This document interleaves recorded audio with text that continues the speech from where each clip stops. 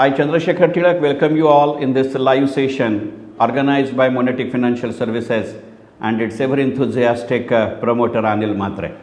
As all of us are quite aware that Budget 2021 has been presented to our Parliament on 1st of February 2021 by Honorable Finance Minister Nirmala Sitharaman. Almost a fortnight has passed since then. As such, it is not required that I should go through ad verbatim what are the various provisions per se. Not only because that fortnight has passed, but probably also because nowadays, besides the print media, the electronic media and more importantly social media is so active that probably we are interpreting nowadays what even the finance minister or the prime minister has not said about it. Under such circumstances, it becomes very difficult to concentrate on such points. But I will try my level best as far as these budgets or these budget provisions are concerned. And to the extent possible, I would like to concentrate on those points which has now emerged as far as our media discussions and our own interpretations are concerned. त्याचं कारण असं है कि एकंदरीतच या सगळ्या गोष्टींमध्ये जो होगा सो होगा ये एटीट्यूड भी नहीं चलता है. उसके साथ साथ ये भी ध्यान रखना जरूरी होता है कि भाई एक जगह तो हम इतना पॉलिटिकल क्रिटिसिज्म कर रहे हैं और दूसरी ओर ये भी देखा जा रहा है कि जो मेरा बीएसई सेंसेक्स बजट के 2 दिन पूर्व 2500 पॉइंट से नीचे आया था वो पिछले 15 दिन के 12 ट्रेडिंग सेशन में लगभग 6000 पॉइंट से उछाल लेके चला जा रहा है. ये चीज़ें इसलिए मायने रखती है या इसका जिक्र करना जरूरी होता है क्योंकि हम तो ऐसे सोचते थे कि ये जो बजट है, ये जो अर्थसंकल्प है, ये जो वित्तीय धारणा है, ये तो पूरी तरह से कोरोना अफेक्टेड है. ये तो कोई डिनाई नहीं कर सकता और करने की ज़रूरत भी नहीं है. तो क्या ये बजट में ऐसा कुछ है जिस वजह से पिछले 10 दिनों में लगभग 6 से 6,500 तक का उछाल बीएसई सेंसेक्स में आए और उसका ही रेसिप्रोकेटिव उछाल एनएसई निफ्टी में आए. पिछले 32 साल से मैं अपने देश की वित्त बाजार और फाइनेंस मार्केट से जुड़ा हुआ हूँ. बाकी कुछ सीखा कि नहीं मुझे मालूम नहीं, मगर ये तो ज़रूर सीखा है कि capital market is always in a habit to give immediate and that to an extreme reaction to everything. Probably market is very happy that this government and this budget, if nothing else, has been consistent as far as their tax collections are concerned. I personally feel कि ये budget की सिर्फ इतनी ही विशेषताएं हैं ऐसी बात नहीं है. If at all one has to pass a password to find out the real meaning of this budget, then probably I have to go back to my old days. तुमच्यापैकी अनेकांना कल्पना आहे की मुळात मी माझ्या करिअरची सुरुवात ICL UK कॉम्प्युटर प्रोग्रॅमर म्हणून केले आणि नंतरच्या काळात इंडस्ट्रियल फायनान्स आणि अकाउंटिंग फायनान्समध्ये 8 वर्ष काढल्यानंतर 1988 सालपासून बॉम्बे स्टॉक एक्सचेंज, सेबी, एखादी ब्रोकिंग फर्म आणि नंतर 22 वर्षाचं NSDLचा एक्सपिरियन्स घेऊन मी आज तुमच्यासमोर उभा आहे. आणि त्यामुळे कॅपिटल मार्केट किंवा गुंतवणूक क्षेत्र मी पुस्तकातनं किंवा डिग्रीतनं शिकलो नाही. हर्षद मेहता, केतन पारेख सारखे घोटाळे शोधत असताना आणि या ना त्या निमित्तानं त्याच्या आजूबाजूला घोटाळ्यांच्या नव्हे त्या क्षेत्रामध्ये काम करत असताना जे काही शिकलो आणि 88 सालपासून जे सलग अर्थसंकल्पीय विश्लेषण करण्याची संधी मिळाली त्यातनं या अर्थसंकल्पाकडे बघत असताना आणि एकंदरीतच अर्थसंकल्पाकडे बघत असताना मला असं वाटतं कि यदि हम कोई पैटर्न इसमें से ढूंढ निकाले तो ये बजट ज़्यादा मायने रखता है. और यदि आप मुझे पूछें कि भाई ऐसी कौन सी चीज़ें ये वित्त संकल्प के बारे में या वित्त बजट के बारे में एक ध्यान में रखने लायक है, तो सबसे ये बड़ी चीज़ है कि certainly this 2 hour long speech spanning over 167 paragraphs and more than 4 lakh words, they are containing many words naturally. But probably my gut feeling is that 2 or 3 different words which have not been mentioned as far as this budget speech is concerned are much more important to interpret this particular budget. One and most important point which has not been mentioned in this budget speech is international oil market prices. There is a distinct difference as far as current 2021 budget is concerned compared to all other budgets which has been presented for India since 1860. Certainly since 1860 we never had a practice of economic survey getting presented to the August House before the presentation of budget. पण एक गोष्ट नक्की होती की अर्थसंकल्प पूर्व आढावा ज्याला मराठीत आपण इकॉनॉमिक सर्व्हे असं म्हणतो तो इकॉनॉमिक सर्व्हेची भाषा, टोन, टेन्युअर आणि अर्थसंकल्पीय भाषणाचा टोन, टेन्युअर हे आजपर्यंत नेहमी एकत्र असायचं. पण यावेळेला जर विचार केला तर लक्षात येतं की अर्थसंकल्पीय भाषण हे जास्त राजकीय आणि सामाजिक आहे आणि अर्थसंकल्पपूर्व आढावा हा जास्त आर्थिक आहे. म्हणजे गमतीने मी एका माझ्या सेशनमध्ये बोलताना असं म्हटलं, कारण माझ्या व्यावसायिक आयुष्यामध्ये इंटरनॅशनल सर्टिफिकेशनशी माझा जवळचा संबंध आहे. फार थोड्या संस्था वित्तीय बाजारात अशा आहेत अगदी जागतिक पातळीवरती की ज्यांनी लागोपाठ 2 वेळेला CMMIचं लेव्हल 5चं सर्टिफिकेशन मिळवलं. आणि ज्या कंपनीतनं मी मे 2020मध्ये वयाची 60 वर्ष पूर्ण केली म्हणून रिटायर झालो ती NSDL गव्हर्नन्स ही एक त्यातली कंपनी आहे. आणि माझ्या सुदैवाने या दोन्ही वेळेला त्या डिपार्टमेंटचा मी प्रमुख होतो. ये मायने रखते हुए, ये ध्यान में रखते हुए मैंने ऐसा कहा था कि जैसे ऐसे किसी इंटरनेशनल सर्टिफिकेशन के लिए हम मिशन स्टेटमेंट बनाते हैं और बाकी कुछ नहीं तो बोर्ड रूम में, MD की केबिन में और सेक्रेटरी में या रिसेप्शन में हम लगा देते हैं, बाकी कोई एम्प्लॉयर का उनके साथ ताल्लुकात नहीं रहता है. शायद इकोनॉमिक सर्वे की लैंग्वेज ही ऐसी है. ये इकोनॉमिक सर्वे में हम कह रहे हैं कि जिस साल के लिए ये अर्थसंकल्प दैट इज़ अप्रैल 2021 से लेके 31 मार्च 2022 तक के साल के लिए 1 फरवरी 2021 को हमारे वित्त मंत्री ने अर्थसंकल्पीय स्पीच दे दिया. वो स्पीच के लिए और वो साल के लिए इकोनॉमिक सर्वे ऐसा कहता है की मेरे GDP का ग्रोथ रेट 11% होगा. मी अत्यंत राष्ट्राभिमानी माणूस आहे. म्हणजे उद्या तुम्ही मला मोदी विरोधक म्हणावा म्हणून मी हे विधान करत नाही आहे. परंतु ज्या अर्थसंकल्पपूर्व आढाव्यामध्ये असं म्हटलं जातं आणि त्याचा मुद्द्याची पुनरुक्ती अर्थसंकल्पीय भाषणात होते, सध्या सुरू असलेल्या आर्थिक वर्षामध्ये तुमच्या माझ्या GDPची वाढ वजा 7.7% होणार आहे. आता वाढ आणि वजा या शब्दप्रयोगात मी जात नाही. आणि 2021-22मध्ये मात्र ती 11% असेल. म्हणजे मग तुमचा GDP 11 V शेपनी वाढू दे नाही तर K शेपनी वाढू दे, वजा 7पासून 11पर्यंत जायचं म्हणजे वर्षभरामध्ये तुम्ही 18% वाढीची चर्चा करताय. बाजाराला हा आकडा किंवा ही आकडेवारी सुखद वाटली का मला माहिती नाही. But if you are really considering the national as well as international current, cross current and under currents, let me be very honest, after spending 40 years in accounts, finance and that too in a capital market, even a most optimist man like me, because I am a Gemini by birth and I am married for last 34 years, so there is no other go than to be optimistic. But even thereafter, having a 18% growth in a single year and that too in a corona affected economy and when global oil prices are rising, to be honest, भाई बहुत प्रयास करने पड़ेंगे ये हजम करने के लिए. और यही इकोनॉमिक सर्वे कहता है कि अगले साल यानी 2022-23 में मेरा GDP ग्रोथ रेट 6% होगा. ये 6% कुछ मायने रखता है, मगर -7 to +11 certainly it is not fathomable at all. But even then there are certain other points which need to be noted about this budget, because if nothing else, the policy direction which this particular budget gives is really important. As I said just now, and many of you are even otherwise aware, that I have been associated with budget analysis since 1988, and going by this experience, that if at all whether it is +11%, +10%, +14%, I am not on that. Whatever may be the result, just because something has been contained in budget doesn't mean that it would get reflected as far as my economy is concerned. कारण आजपर्यंतचा आपला असा इतिहास असा आहे की आपण धोरण फार आशावादी मांडतो आणि आपली त्याची अंमलबजावणी अत्यंत निराशावादी असते. विशेषतः ही इम्प्लिमेंटेशन जेव्हा वजा 7पासून अधिक 11पर्यंत न्यायची असेल तर ज्या 3 महत्त्वाच्या घटकांवरती संपूर्ण अर्थकारण अवलंबून असतं ते 3ही घटक आपल्याकरता इम्पोर्ट बेस्ड आहेत किंवा इम्पोर्ट ओरिएंटेड आहेत. आणि from that angle, considering the prevailing international oil market prices needs to be understood very clearly.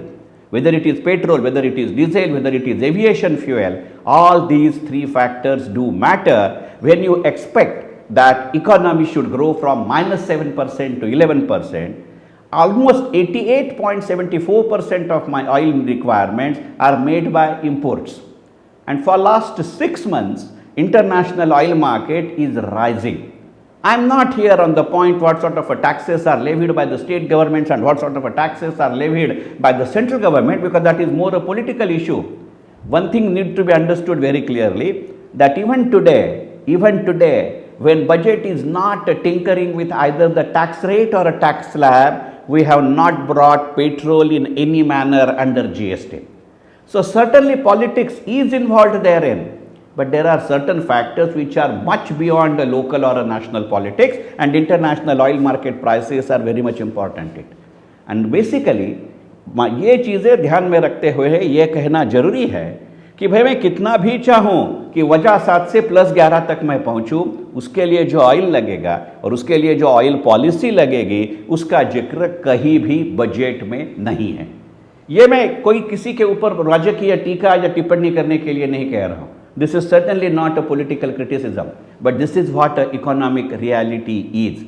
And after all, budget is always a political economy document rather than an economical polity document.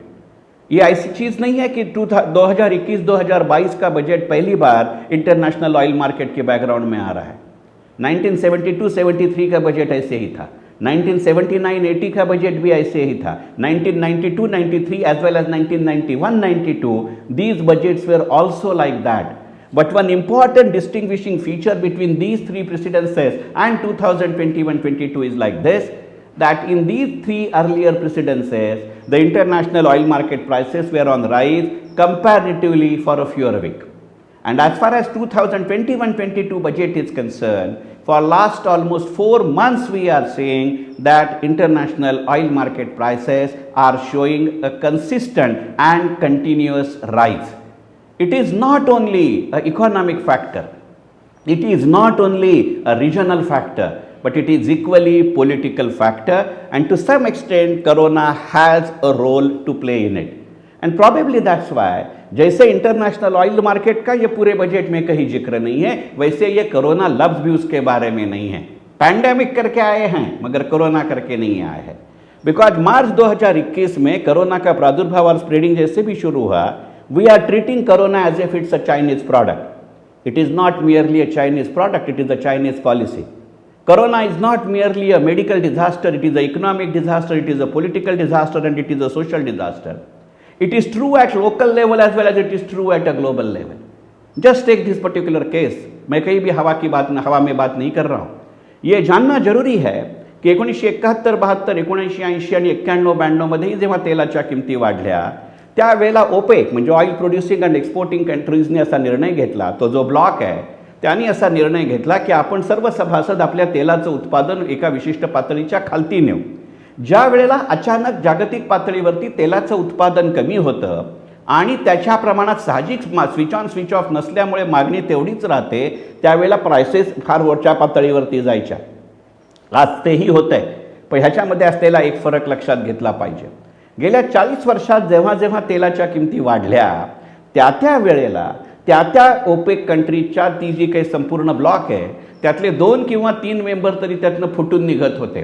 मग तो अमेरिकेचा प्रभाव असेल, अमेरिकेचा हस्तक्षेप असेल, काहीही गोष्ट असेल, या वेळेला ती वस्तुस्थिती राहिलेली नाही।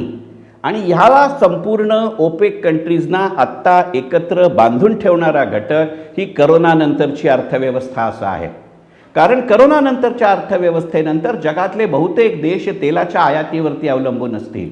जसजसं संपूर्ण जगभरामध्ये कदाचित युरोपचा अपवाद, कारण तिथे आता कोरोना 2ची लाट सुरू झाली आहे, जसजसं जगभरामध्ये विविध देश आपल्या देशातल्या लॉकडाऊनचं प्रमाण कमी करत जातील तसतसं अर्थकारणाला चालना देण्यासाठी तेलाची मागणी वाढेल हे अत्यंत उघड आहे।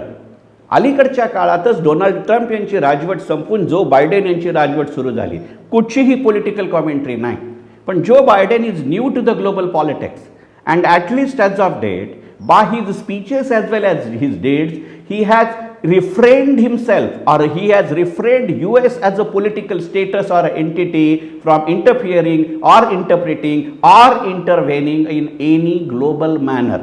Number 1. Number 2, जैसे बाकी के देशों की इकोनॉमिक या वित्तीय हालत बुरी है वैसे ही ओपेक की है, और ये जानते हैं कि जैसे जैसी तेल की डिमांड बढ़ती जाएगी वैसे वैसे यदि तेल की प्राइसेस या कीमत ऊपर वाले रेट पे रहेगी तो उनकी लोकल इकोनॉमी के लिए वो फायदेमंद रहेगा।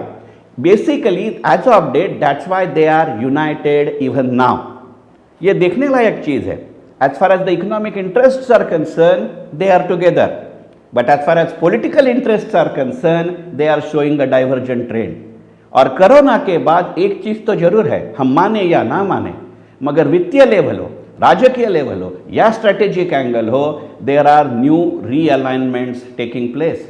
So there is every likelihood that oil may become an international barterable, exchangeable commodity just like any other currency rather than an economic product.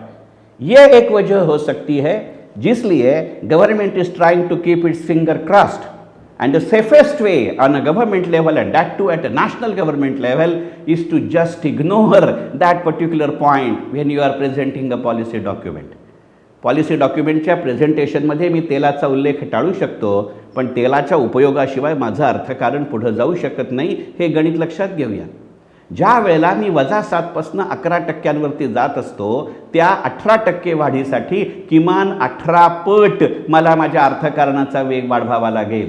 आणि ज्या वेळेला माझा तेल 88% मी आयात करत असतो, त्यातल्या बहुतांशाची किंमत मला पेट्रोलमध्ये द्यायची असते, अशा वेळेला वेट अँड वॉच सारखी पॉलिसी घेण्यावाचून या अर्थसंकल्पाला पर्याय नव्हता.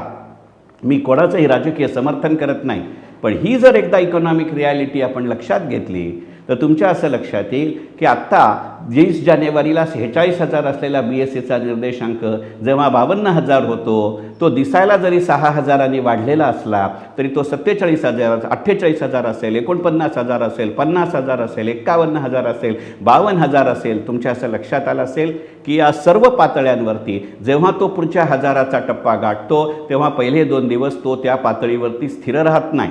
त्या प्रत्येक पातळीवरती प्रॉफिट बुकिंग होत आहे. हे इन्स्टिट्यूशनल म्हणूनही होत आहे आणि इंडिव्हिज्युअल इन्व्हेस्टर म्हणूनही होत आहे. आणि म्हणून तुमच्या असं लक्षात आलं असेल की 2020 हे वर्ष केवळ करोनाचं वर्ष आहे असं नाही, तर 2020 या वर्षात आपल्या BSEचा सेन्सेक्स जास्तीत जास्त 42,000 अंशावरती होता आणि कमीत कमी 26,000 अंशावरती होता. आज तो साधारणपणे 52-53 हजाराच्या आसपास चालला आहे. म्हणजे 42 ते 26 असा 16,000चा आणि 26,000 ते 52,000 असा दुसऱ्या 26,000चा.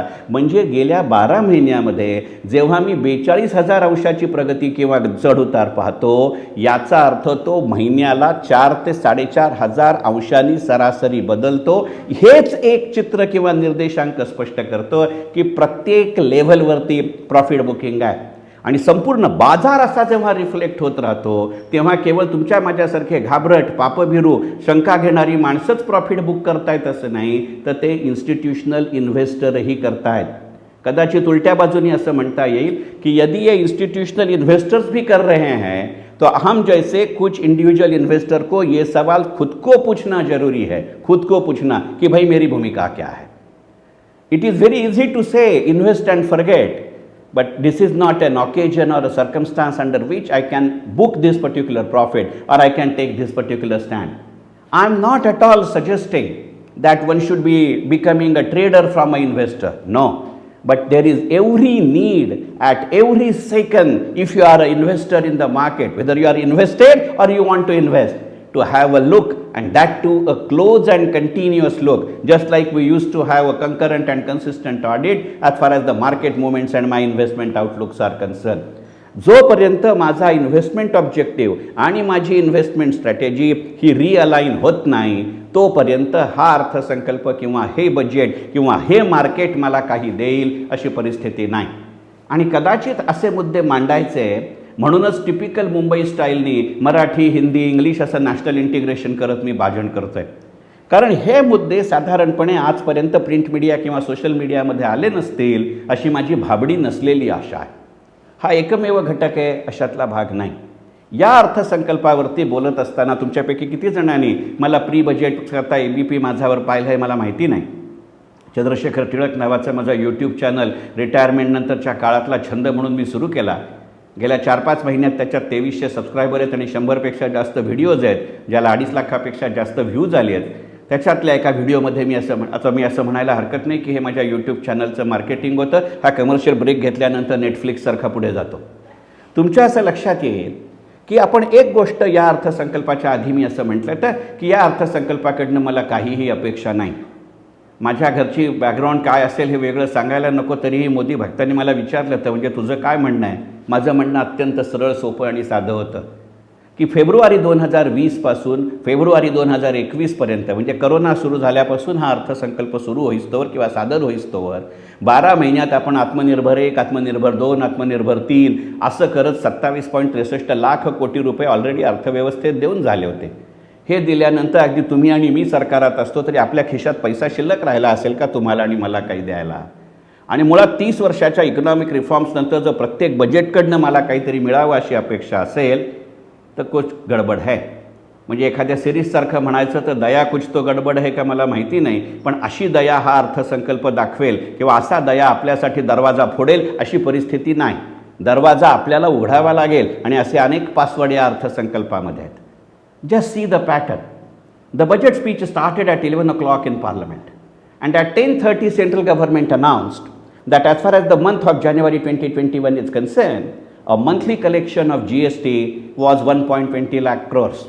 And this monthly collection of 1.20 lakh crore of GST was the highest since the rollout of GST. लगभग पिछले 5 महीने में कंसिस्टेंटली मेरा मंथली GST कलेक्शन बढ़ रहा है. सितंबर 2020 में 97,000 करोड़, अक्टूबर 2020 में 1.02 लाख करोड़, नवंबर में 1.09 लाख करोड़, दिसंबर में 1.15 लाख करोड़ एंड जनवरी में 1.20 lakh crores. Certainly one interpretation would be slowly we are relaxing the economic restrictions or the letdown of the lockdown. Yes, one cannot deny this. But इतने ही यदि हो जाता तो it should have got reflected in my other direct tax collection as well. Economic survey is particularly silent on it because I know how these political documents are prepared. I am presenting my case. कौन भाई भला अपना marketing करते समय कहेगा कि मेरे ये shortcomings है? It's a job of an interpreter or analyst to do. But one needs to be understood and one need to understand very clearly that these figures are not fake. They are real. As the rising economic activity is one of the reason, the extensive, purposely ये मैं word slip of tongue में KIA, वो slip of tongue नहीं था. One may feel कि it is excessive interpretation. No, it is an extensive use of data mining and data analytics which government is making use of. जो भी वित्तीय क्षेत्र में कार्यरत है, जो भी बिजनेस फील्ड में कार्यरत है, उनसे पूछिए कि जीएसटी से आने वाले नोटिस में क्या बदलाव हुआ है. It is not only wording, it is the content as well which has undergone a change. एक उदाहरण देतो की जर समजा चंद्रशेखर टिळक म्हणून मी बिझनेसमन असेल आणि संपूर्ण त्या बिझनेसमधनं माझं इन्कम येतं आहे, तरीही माझ्या पर्सनल कॅपॅसिटीमध्ये मला पर्सनल इन्कम टॅक्स रिटर्न भरावाच लागतो. आजपर्यंत कधीही पर्सनल इन्कम टॅक्स रिटर्न आणि माझ्या बिझनेसचा कॉर्पोरेट टॅक्स किंवा जीएसटी कलेक्शन किंवा जीएसटी ट्रान्झॅक्शनचं रेकॉर्ड याची कधीही रिकन्सिलिएशन गव्हर्नमेंट लेव्हलवर केलं गेलं नव्हतं. माझ्या व्यावसायिक अनुभवातनं सांगतो, गेली 20 वर्ष प्रत्येक स्टॉक एक्सचेंज, प्रत्येक डिपॉझिटरी, प्रत्येक ब्रोकर, प्रत्येक म्युच्युअल फंड, प्रत्येक इन्शुरन्स कंपनी, प्रत्येक पेन्शन सर्व्हिस प्रोव्हायडर, प्रत्येक बँक, मग ती खाजगी असू दे किंवा व्यावसायिक असू दे, गेली अनेक वर्ष दर महिन्याला सरकारच्या विविध भागांना डेटा देत आहे. आजपर्यंत कधी त्याचा उपयोग झाला नाही. मी आजपर्यंत म्हटले म्हणजे मोदींनी केला नाही किंवा मनमोहन सिंगांनी केला आज नाही असं मला म्हणायचं नाही. गेली 10 वर्ष ही प्रॅक्टिस सुरू आहे. आता 10 वर्षात कोणती सरकार आलं त्याने डेटा पाहिला असेल पण उपयोग केला नाही. पण जीएसटीनी अजय भूषण पांडेंनी हे स्पष्ट केलं, आपले वित्तीय सचिव आहेत, की आता नोटीस येताना असं येते की चंद्रशेखर टिळक उगाच दुसऱ्याचं कशाला नाव घेऊ असं गृहीत धरा. मी काही बिझनेसमन नव्हतो आणि नाही, पण चंद्रशेखर टिळक गेली 3 वर्ष तुमचा पर्सनल इन्कम टॅक्स रिटर्न या पर्सेंटेजमध्ये तुमचा इन्कम वाढताना दाखवत आहे. ज्या वेळेला मी हे तुमच्या बिझनेस रिटर्नमध्ये, कारण तुम्हीच म्हटलंय you are a promoter of your business, fantastic, congratulations for that. परंतु तुम्ही ज्या प्रमाणात पर्सनल इन्कम टॅक्स भरताय किंवा इन्कम ग्रोथ दाखवताय तेवढी ग्रोथ तुमची बिझनेस ट्रान्झॅक्शन्स दाखवत नाही आहे. आता तो डेटाच देतो, म्हणजे थोडक्यात ज्याला कर चुकवेगिरी किंवा टॅक्स इव्हेजन म्हणतात त्यालाच आळा बसतो. ज्या वेळेला सरकार या बजेटमध्ये असं म्हणतं की we are relying more on non tax revenue than a tax revenue, आपल्याला वाटतं ठीक आहे, फार तर काय टॅक्स रेटमध्ये गडबड नाही, फार तर टॅक्स स्लॅबमध्ये बदल नाही, त्याचं दुःख असलं तरी निदान असलेलं काढून घेतलं नाही असं समाधान असतं. जरा थांबूया. सरकार जर असा डेटा वापरणार असेल तर फार पंचायतीचे आहे. म्हणजे मी गमतीने माझ्या बायकोला म्हटलं तसं की 34 वर्ष तुझ्याबरोबर संसार करूनही कदाचित, किंवा तू माझ्याबरोबर करूनही, तुला माझे इकॉनॉमिक डिटेल्स जेवढे माहिती नव्हते तेवढे आता सरकारला माहिती आहेत. माझ्या परवाचं सासऱ्यांना मी म्हणलं जे इंटरनॅशनल इकॉनॉमिक्सचं सिनियर मोस्ट प्रोफेसर आहेत, म्हणलं फार बरं झालं 34 वर्षापूर्वी तुम्ही तुमच्या मुलीशी मी लग्न केलं, तेव्हा फक्त पत्रिकाच बघितली होती. आत्ताच्या काळात कदाचित तुम्ही टॅक्स डिपार्टमेंटला म्हणला असाल याचा जरा टॅक्स डिटेल देतो का, सरकार उद्या तेही कदाचित कमर्शियल बेसिसवरती देईल का. Whether this is the reason, leave aside this. But have you realised that what government is indicating is, boss, whatever is the data, it needs to be used and utilized. Is it going to be the fantastic opportunity for a small scale industry or a MSME? I am not joking. बघा, आजपर्यंत तुमची आणि माझी IT sector G company काम करत होती ती hardware किंवा सॉफ्टवेअरमधनं पैसा मिळवत होती. उद्या ज्या कंपन्यांचं data mining, data analytics, cloud computing आहे, कणाच GSTमध्ये झालं, उद्या डायरेक्ट टॅक्समध्ये होऊ शकतं. आणि याची चुणूक यंदाच्या अर्थसंकल्पामध्ये आहे. मी जरासुद्धा ऑफ द कफ बोलत नाही आहे. ज्यांनी मला प्री बजेटमध्ये ऐकलं आहे तेव्हा मी असं म्हटलं होतं की तुमच्यापैकी अनेकांनी गेली अनेक वर्ष माझी बजेटवरची भाषणं म्हणत आहेत. अनेक चार्टर्ड अकाउंटंट मित्र, मलाही चार्टर्ड अकाउंटंट मित्र आहेत, ते माझ्यावरती नाराज व्हायचे जेव्हा मी गेली 2-3 वर्ष असं म्हणत होतो की the day is not far off then when I have not to file a income tax return. आणि ह्या वर्षीच्या प्री बजेटमध्ये मी स्पेसिफिकली म्हटलं तर की at least one segment of a tax pair would be exempt from filing a income tax return. भाई कभी कभी मेरी भी बत्तीशी सच हो जाती है. Part B of this year's budget speech the finance minister goes ahead and says that person, if he is more than 75 years of his age and only pension happens to be his income, he need not file a income tax return. Mark this word, need not file the income tax return. हमें क्या है, हमें बहुत जल्दबाजी रहती है, specially social media में. Electronic media के बारे में मैं कुछ कह ही नहीं सकता क्योंकि रिटायरमेंट के बाद वही मेरा सहारा है. मगर एक चीज़ ध्यान में रखना होता है, they announced abruptly when the minister speech was fully on कि भाई income tax return need not be file. ना बाबा, इनकम टैक्स वेव नहीं हुआ है. इनकम टैक्स रिटर्न फाइल करने की रिक्वायरमेंट वेव हो रही है और उसका लॉजिक भी गवर्नमेंट ने दिया है. वो बड़ा डेंजरस है. म्हणजे मराठीत म्हणतो ना आपण, घी देखा मगर बडगा नाही देखा, तसं आहे. ते काय म्हणले, 75 वर्षाचा वयोगट, 75 वर्षाच्या वरचा वयोगट आणि फक्त पेन्शन इन्कम असेल तर तुम्हाला टॅक्स भरायचा आहे, जर ते टॅक्सेबल होत असेल तर. कारण काही लेव्हलमध्ये पेन्शनच्या नंतरही आपल्याला ते टॅक्सेबल आहे. ते म्हणजे तुम्ही चिंता करू नका, तुमच्या टॅक्सचे रिटर्न किंवा डिटेल त्याची काळजी बँक करेल. अहो अत्यंत उघड आहे ना.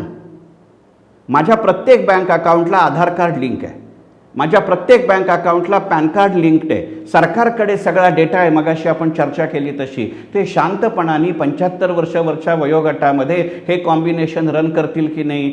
हे पॅन नंबर, हा आधार नंबर, हे माणसाचं नाव, हा त्याचा आधारनुसार local address, run it across economic data. आता काय काय ना, कुठं कुठं लपवणार. आज मी 75 वर्षाचा झालो नाही म्हणून मला कदाचित हा मुद्दा सुचत असेल, पण आज जर हे इन्कम टॅक्समध्ये झालं तर यू जस्ट इमॅजिन, तुम्ही कुठे सोल प्रोप्रायटरशिपमध्ये असाल, लिमिटेड लायबिलिटी पार्टनरशिपमध्ये असाल, प्रायव्हेट लिमिटेडमध्ये असाल, माझ्या प्रत्येक सोशल, फिनान्शियल आणि इकॉनॉमिक डेटामध्ये हे तीनही डिटेल्स आहेत आणि हे सगळा डेटा गव्हर्नमेंटकडे आहे. Government can afford to rely more on non tax revenue rather than tax without complying or compromising on tax slab. सरकारच्या स्ट्रॅटेजीला सॅल्यूट म्हणावं लागतं, पण यातनं जन्माला आलेल्या अपॉर्च्युनिटीज आपण लक्षात घेऊया ना. म्हणजे एक GST इम्प्लिमेंट झाल्यानंतर देशातले करोडो व्यावसायिक जेव्हा त्याच्यामध्ये जोडले गेले त्यावेळेला स्थानिक पातळीवरच्या रोजगाराचा जो विचार झाला, कारण हे सॉफ्टवेअर आहे, ते डेव्हलप करायचं आहे, ते मेंटेन करायचं आहे, ते अपग्रेड करायचं आहे आणि ते कंटिन्युअसली चालत ठेवायचं आहे. वर्क फ्रॉम होमच्या काळामध्ये आपण हे पाहिलं, लोकल नेटवर्कला किती किंमत आहे. मग जर अक्रॉस द इकॉनॉमिक ॲक्टिव्हिटी हे होणार असेल तर just imagine where I am going in to. म्हणजे कदाचित पहिल्यासारखं 1/4, 1/6 नसेल आलं टॅक्स कव्हरेजसाठी, पण आता किती वेगवेगळ्या पद्धतीने आपण टॅक्स कव्हरेज वाढवतोय हे लक्षात घ्या.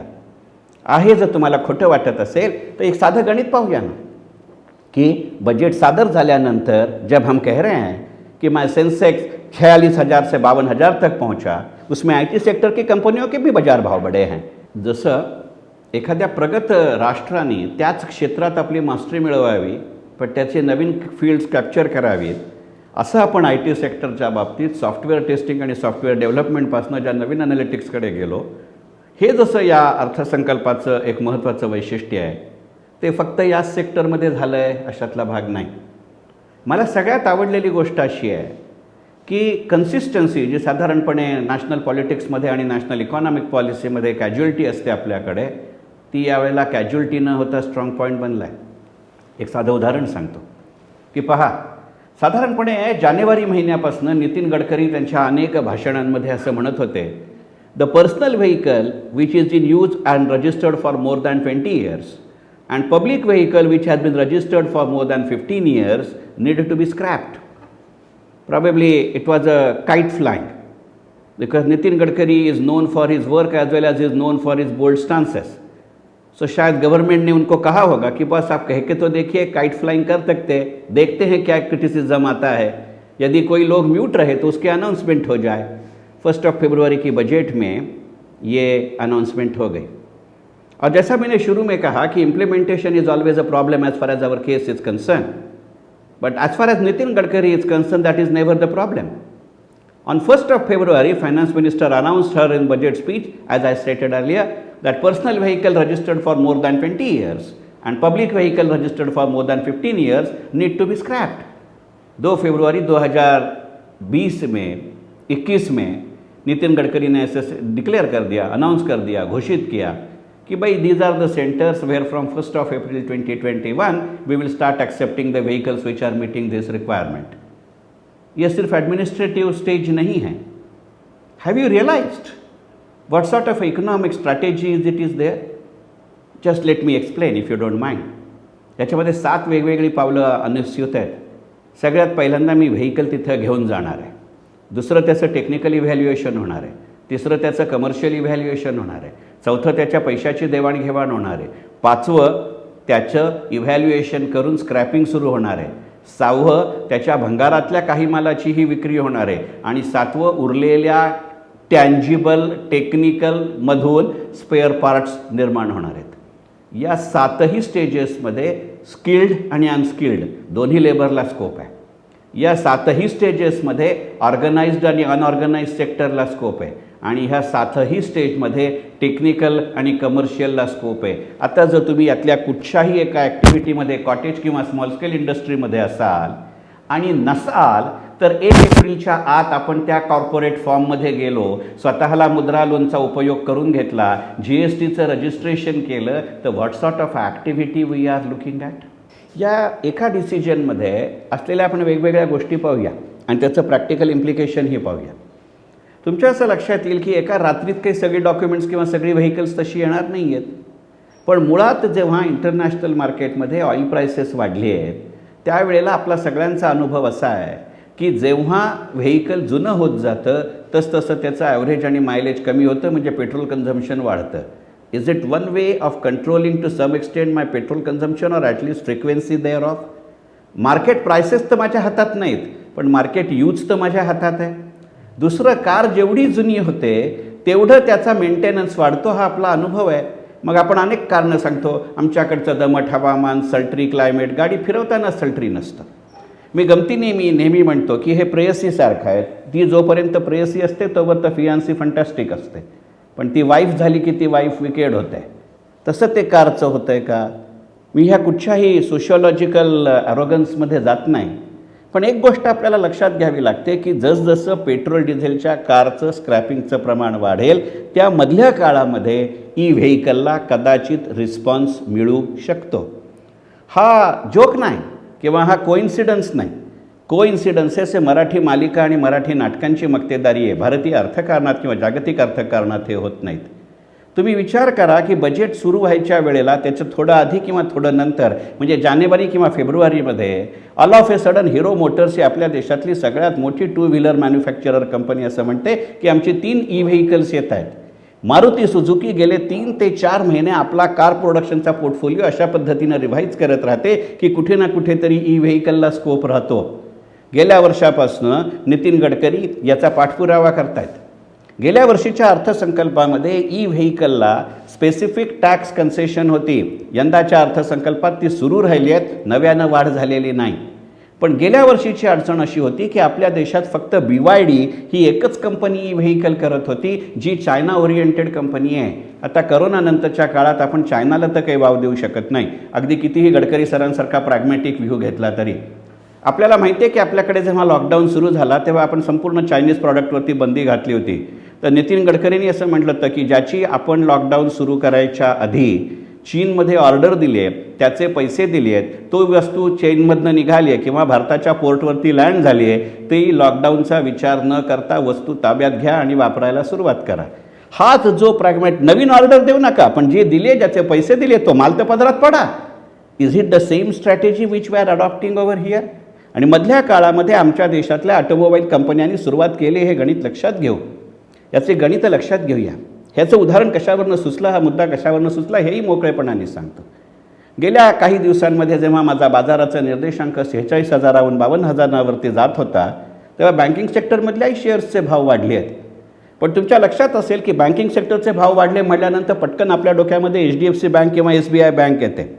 पण HDFC किंवा SBIचे ज्या प्रमाणामध्ये शेअर्सचे बाजारभाव वाढले नाहीत, त्याच्यापेक्षा सुद्धा इंडसइंड आणि ॲक्सिस बँकेचे बाजारभाव जास्त पर्सेंटेजमध्ये वाढले आहेत. कारण ॲक्सिस आणि इंडसइंडच्या लोन पोर्टफोलिओमध्ये ऑटोमोबाईल लोन किंवा कार लोन किंवा व्हेकल लोनचं पर्सेंटेज जास्त आहे. त्या प्रमाणामध्ये पोर्टफोलिओच्या पर्सेंटेजमध्ये HDFC आणि SBIचं नाही. मग हे जर अर्थसंकल्पाचं गणित असेल तर या अर्थसंकल्पाकडे आपण वेगळ्या अँगलने बघणार की नाही?